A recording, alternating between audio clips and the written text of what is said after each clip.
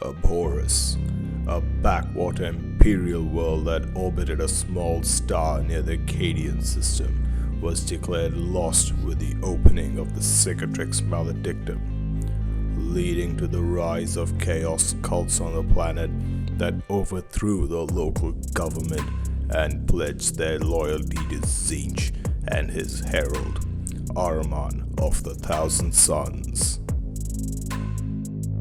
Ahriman had psychically glimpsed the unfolding events on Abhorus and planned on using these cultists for a psychic experiment to better understand the nature of his infamous Rubric.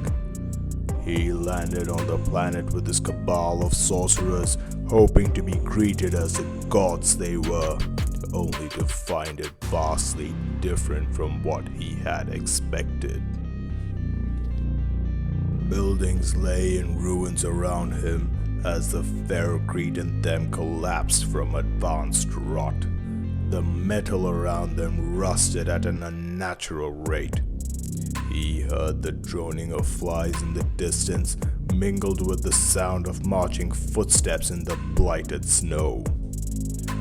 As his cultists slowly trudged towards him, he saw that they had wide grins on their faces, their ravaged bodies covered in blisters and growths of flesh and bone.